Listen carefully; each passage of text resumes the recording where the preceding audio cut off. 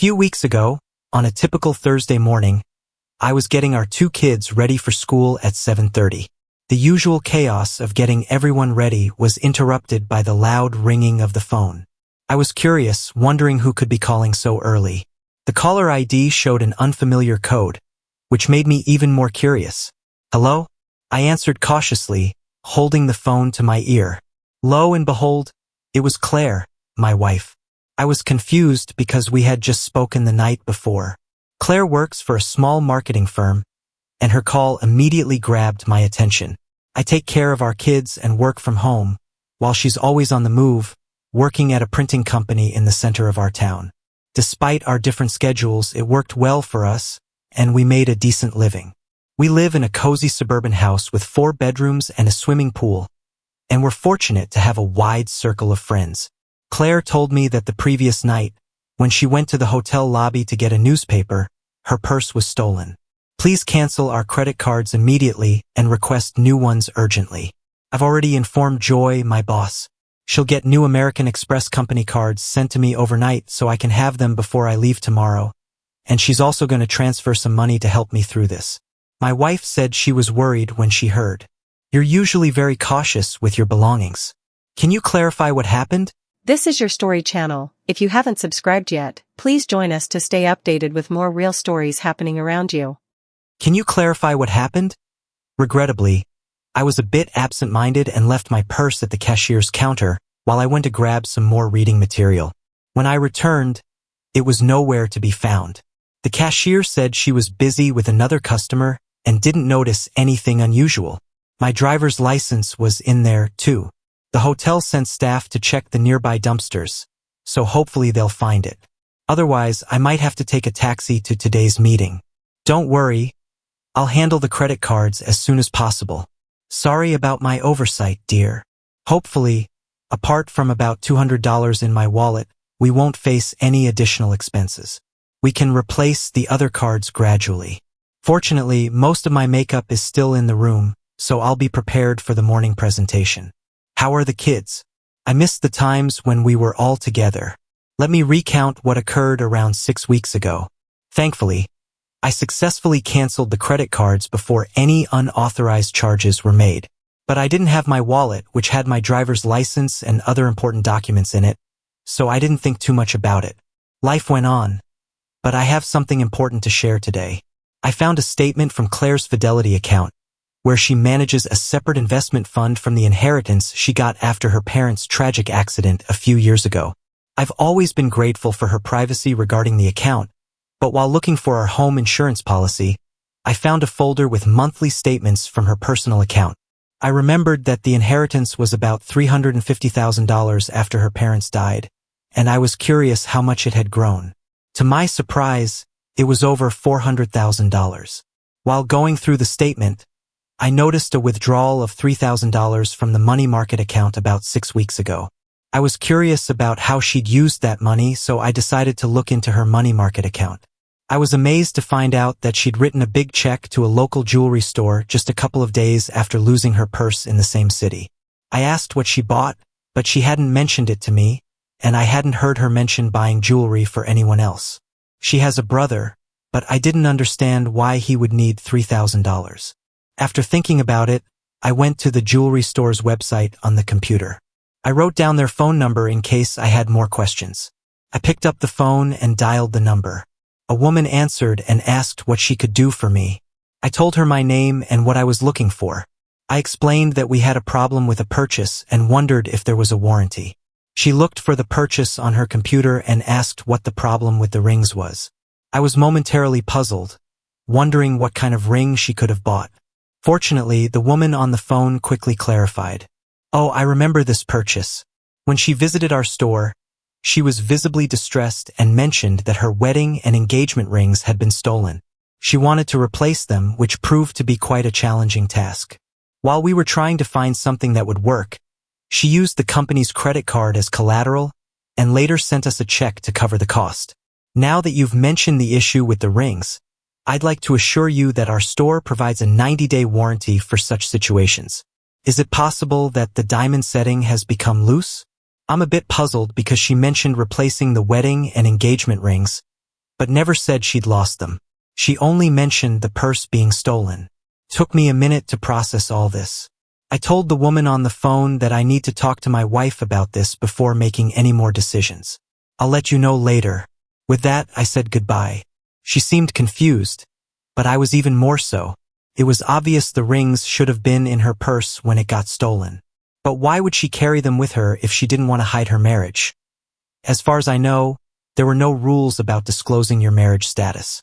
But if she wanted to seem unmarried in certain social situations, I started thinking about whether she might be having an affair. Just thinking about it made me feel sick.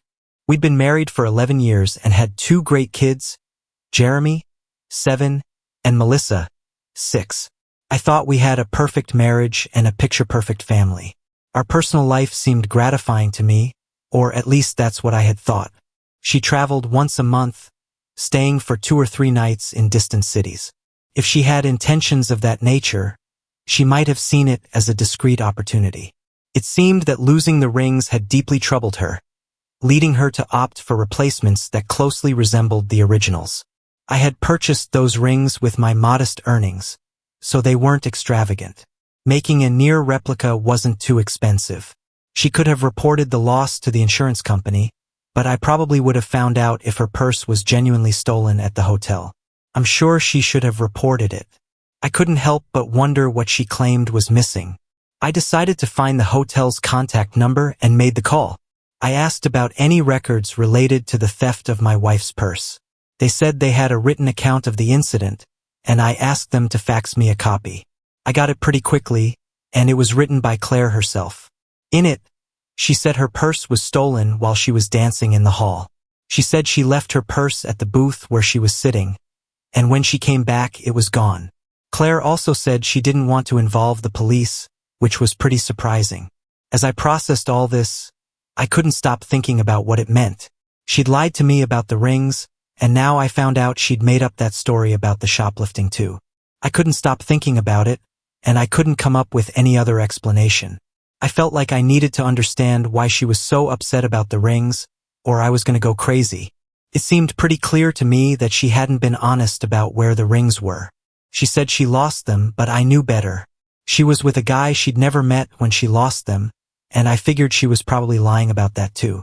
She was going on another trip in a few days, and I really wanted to find out more about it. I wanted to know what she usually did in the evenings outside our home.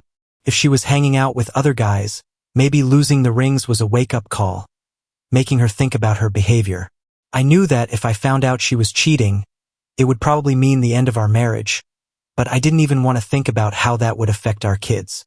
She was such a wonderful mother, and I couldn't bear the thought of her having custody of the kids, especially with her frequent business trips. My mind raced, desperately seeking any potential clues to shed light on her faithfulness. What other information might hint at her actions during her trips? Did she engage in unprotected encounters or insist on using contraceptives? I assumed she would opt for the latter. She'd probably want to avoid catching anything or getting pregnant, so I figured she'd have her own stash. But where did she keep them? She couldn't have them at our place or in the car. The office seemed like the most likely place she'd store them, especially since she carried her work papers, laptop, and presentation materials in a big briefcase she kept in her office. But if she had an early morning flight, she'd probably bring her bag home the night before and pack it in a suitcase for the airport. This detail was crucial. I needed to find a chance to search the briefcase before her departure. I really hoped her next trip involved an early morning flight. I made a deliberate choice to stay calm and composed, not showing any signs that something was wrong. As it happened, when the kids returned from school, I was busy with various tasks and didn't have much time to think about my suspicions. But the idea of her being unfaithful continued to linger in the back of my mind. When Claire returned from work, I found myself in a bit of a mess. While I was making dinner, I accidentally spilled a dish of beans, creating a mess on the floor. The resulting chaos of cleaning up and managing the kids' activities left me looking somewhat disheveled. Fortunately, she didn't seem to notice any unusual behavior from me at that moment. After the commotion settled and everything was cleaned up, I greeted her with a kiss on the cheek. We sat down at the table like we usually do to enjoy dinner and chat. I didn't think she'd have any questions about her upcoming trip, since that's our usual routine. I asked if she was heading out on another trip in a couple of days. She didn't seem excited about it. I said, "It's the same old routine. I'm not looking forward to it." I was curious, so I asked more about it. "If you're not enjoying it, have you thought about applying for a different role? You've been with the company for a while, so you understand how things work here. You could probably adapt to almost any position." She said she wants to gain more experience before switching to a desk job, but I gently reminded her about the kids. I added, "I miss you when you're not home," hoping to evoke a sense of guilt. "I know. I'm sorry. I miss all of you too," she responded, empathetically. I continued, "So where exactly are you headed this time? Will you be leaving in the morning, giving us a chance to spend some time together before your departure?" I held her gaze, mindful that our children could hear us.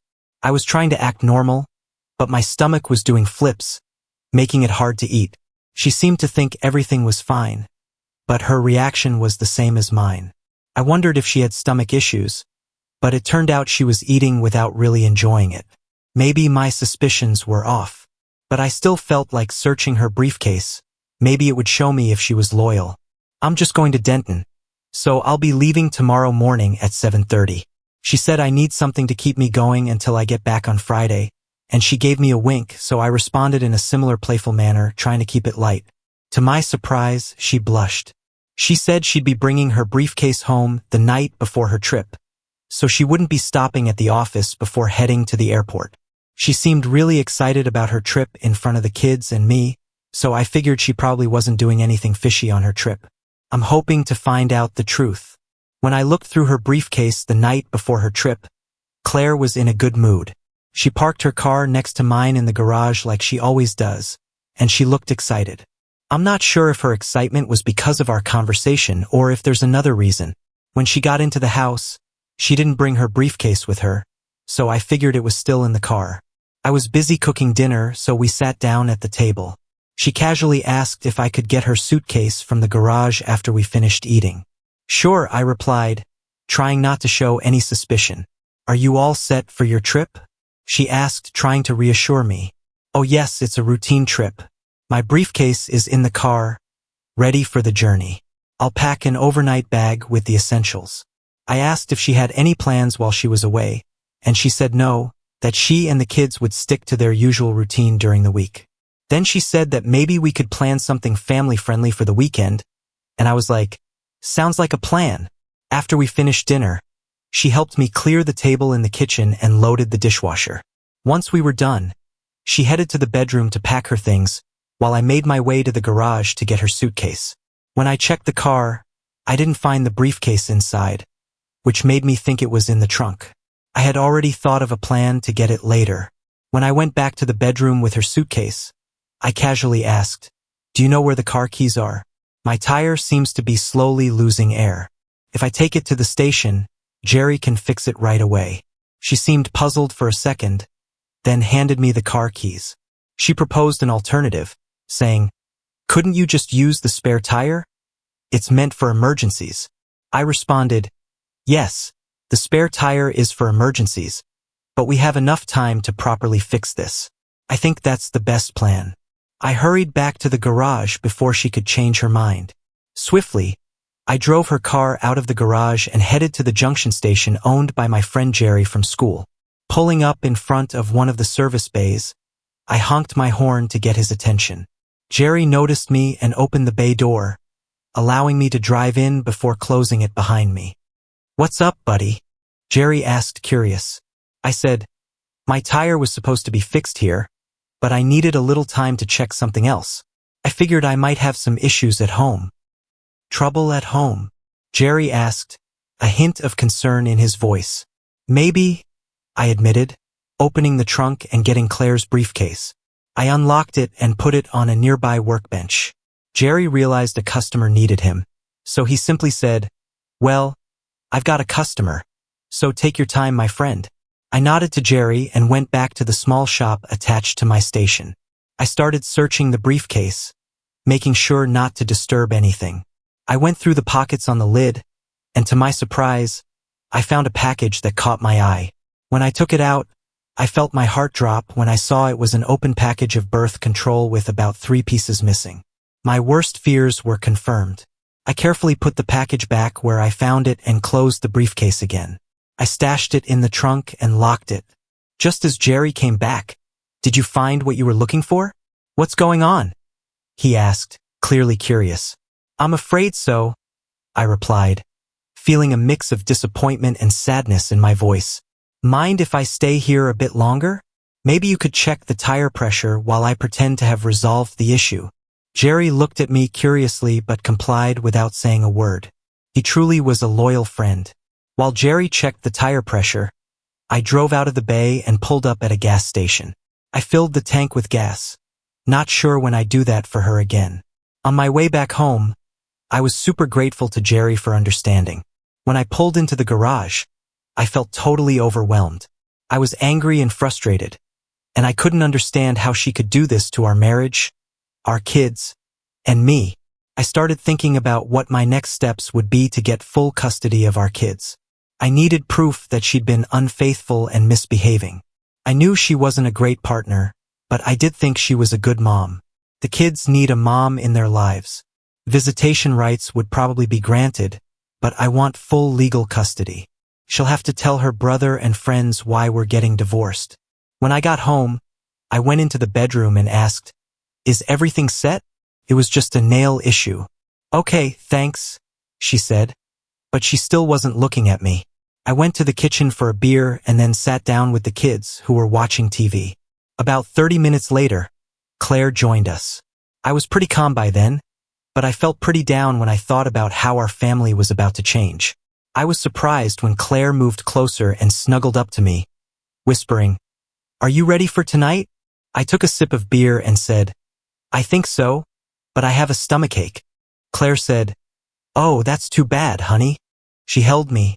Claire softly said, "I love you," and I instinctively put my arm around her shoulders, grappling with mixed feelings. Despite her betrayal, there was still a hint of affection from her, and I couldn't help but wonder why she did it. Was it for excitement or a need for more connection than I could provide? I might never fully understand, but what was clear was the damage to my trust in her. We put the kids to bed together, and as she kissed them goodnight, I couldn't help but look at her, knowing that by morning she would be gone. Their kids were used to her traveling a lot, so they weren't too bothered. That night we had sex, but it wasn't as passionate as usual. Claire asked, sounding worried, "Is your stomach still bothering you, dear?" I nodded and said, "Yeah, it's still bothering me, but I can handle it." I really hoped she'd choose our love and marriage over the trip, so I asked, "Do you really need to go on this trip?" Deep down, I wished it were all just a nightmare that would vanish. She sighed and said, "I'm sorry, honey, but this trip is necessary. I'll do my best to wrap things up and get home as soon as I can. I'm really looking forward to the weekend with all of you." With a heavy heart, I sighed and said, "Okay, honey, it's time to get some sleep. You have to get up early for your flight." I took a quick shower now so I won't have to worry about it in the morning.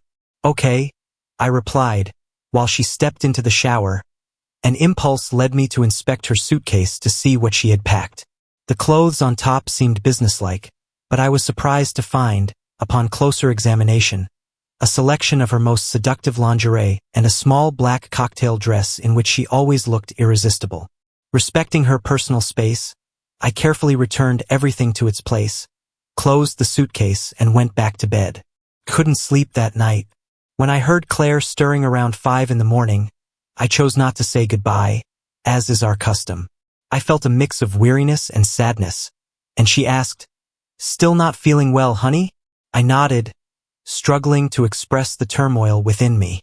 With the sound of the garage door closing, I finally got out of bed and made my way to the shower. I knew the day ahead would be filled with challenges. After seeing the kids off to school and having breakfast, I turned to the phone book to search for a private detective service in the yellow pages. My main criteria were to locate an agency with a nationwide presence, preferably in the city Claire was heading to. I reached out to several agencies and eventually found one with a branch in her destination area. I set up a meeting with them for the same morning, hoping they could provide the necessary information. Next, I was going to find a divorce attorney. A friend recommended one, so I got his contact info and called him. I set up an appointment for that afternoon, hoping he could help me through the tough process ahead. When I got to the PI's office, I talked about my concerns and arranged for Claire to be surveilled on the evening she was away. I gave them a photo of Claire and details about her usual route to help them figure out who she was. They said they'd get some photos and put together a report about what she was doing as soon as she was done with work. To make sure they said they'd send info to their office in Denton and promised to give a full report by Monday morning. I was happy with what they said they'd do, so I paid a big chunk of the money in advance for their services. They mentioned that they might not be able to take pictures, but they'd do their best to get as many incriminating photos as possible, and I was totally cool with that. My afternoon meeting with the lawyer went just as I expected. He explained that in our state, divorce follows a no-fault principle, meaning there's no need to assign blame. But, since I'm the primary caregiver for our kids, it's likely I'll be granted custody. I really wanted to make sure Claire could see the kids often, so that was good. We'd split the property evenly, and since we make about the same, there'd be no alimony. But since I'd be taking care of the kids, Claire would have to pay alimony. As for the inheritance she got, I didn't care about that, and she could keep it. My main priority was always the well-being of our kids. I asked the lawyer to prepare the documents to give to Claire on Monday. I asked her to leave our house right away because we weren't getting along. The lawyer said that as the kids' guardian, I had the right to make this request. We decided that once the kids turned 18, we would sell the house and split the money. When I left the lawyer's office, I felt pretty good, knowing that life would move forward for me and the kids, while Claire would have to deal with the consequences of her betrayal. At that moment, I didn't think about our finances, insurance, or other legal stuff. I figured I'd have enough time to deal with all that after I served her with divorce papers. I figured she wouldn't have to stress about her share of our savings, given her inheritance. When school ended, I went home to catch the bus. On Friday afternoon, when Claire got back, I offered to take care of her laundry, but she said no, insisting she'd handle it later. I couldn't help but grin, realizing how playfully mischievous I'd been. Deep down, I totally get why she prefers to handle her laundry on her own. It's crucial for her to keep her side projects under wraps. Later on, as we were in bed, Claire said she was worried about my ongoing stomach issues and suggested I see a doctor. "This has been going on for way too long," she said. I playfully told Claire that I was planning to try a new medication a friend recommended to deal with my ongoing stomach problems. I told her I was hopeful it'd get better and I'd be back to her soon. When we hugged, she whispered she missed me. On Monday, as the kids left for school and Claire headed to work, I got a call from the detective agency. They said they had a report ready and I should swing by soon. 30 minutes later, I was sitting down with the office manager talking about the details. The office manager told me that a report with photos had been faxed from Denton that morning. He said he hadn't had time to read the whole report, but he'd skimmed it and looked at the photos, and they seemed really incriminating. I took a copy of the report and started reading it. The report was about Claire Barton. According to the report, the surveillance of the woman began at 5:17 p.m. on Wednesday, June 16th, in the lobby of the Denton Marriott Hotel. Her identity was confirmed by comparing a photo obtained from the Merrickville office. After taking a closer look at the report, it became clear that she was wearing a company badge, which helped confirm her identity. The report also mentioned the subject's movements and noted that she was carrying a briefcase when she entered the elevator. A staff member went with her and confirmed it. She got to room 414 at 5:23 p.m., and the report said she was alone at that time. There was also a photo labeled Exhibit 1A in the report.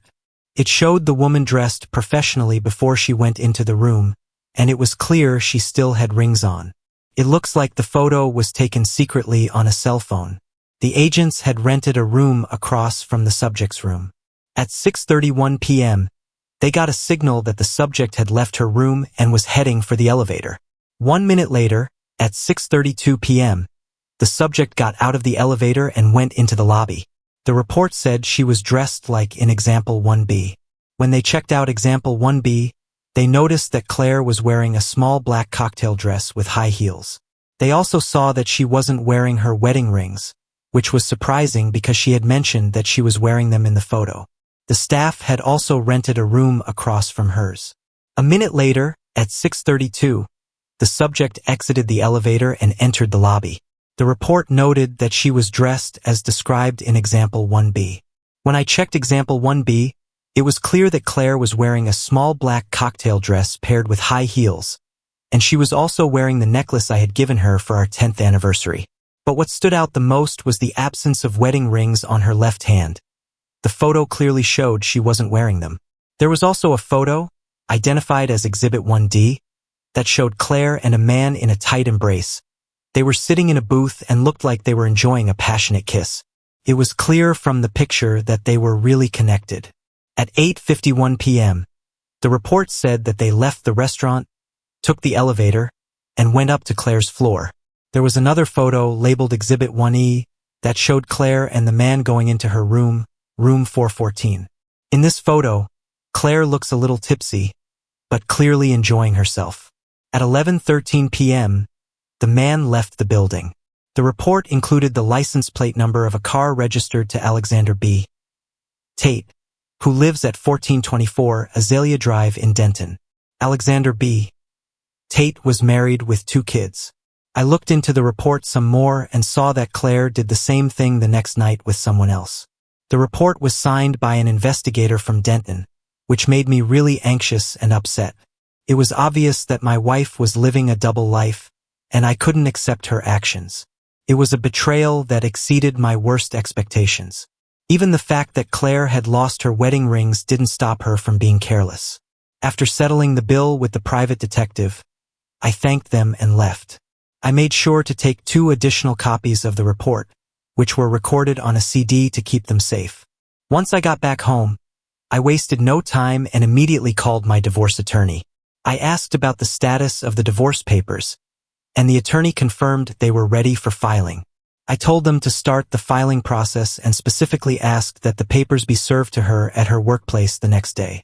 The attorney assured me that this could be done smoothly and asked for her workplace address, which I gave them. My intentions were clear. I wanted to humiliate her during the legal proceedings. Giving her the divorce papers at her workplace wasn't just a taste of my own medicine. It also made things right for what she did that night. We weren't exactly boyfriend and girlfriend, but we were close. Claire seemed a bit off, like maybe she thought I had found something weird. She didn't say it straight out, but she did hope I'd get better soon. She also seemed a bit distant, but I didn't say anything. The next morning, I woke up early after a night of restless sleep. I got to work on the computer until the kids woke up, and then I went to the kitchen to make breakfast. After we ate, I said goodbye to Claire. When she left for work, she came over for a hug and a kiss, but I just gave her a playful hug and told her to go. I could tell she had a feeling about what was coming. As I closed the door, she started crying and said, "I love you." After she left, I felt really sad, and I wanted to cry, but I stopped myself because the kids needed me. Around 10 a.m., the phone rang. It was a disruption to our usual morning routine. When the caller ID showed Claire's workplace, I answered the call without saying anything. There was a short pause as the caller realized I wasn't interested in talking. In a shaky voice and a whisper, Claire said, "I'm sorry." After that, the line went silent and I stayed silent too. Claire didn't come home that night, and I wondered if she was up to something, acting like she didn't care about her husband. I knew I was angry, but I also felt like I might be too hard on her. The kids were bummed that their mom wasn't there, and they asked where she was. To cheer them up, I invited them to eat dinner at a McDonald's. By the time we got back, the kids were exhausted and went straight to bed. The next morning, Claire called with a request. "Honey, can I come home and pack my things? Can we talk?" At first, I felt guilty, but then I didn't. I replied calmly, "Why don't you come between 9 and noon?" As I continued, I thought, then the kids and I won't be here. I told her that I'd only speak with her one-on-one in my lawyer's office after she signed, notarized, and returned the divorce documents. "Then I'll listen to whatever you have to say." There was a sob on the line before Claire answered. "Good. Shortly after, the phone fell silent again.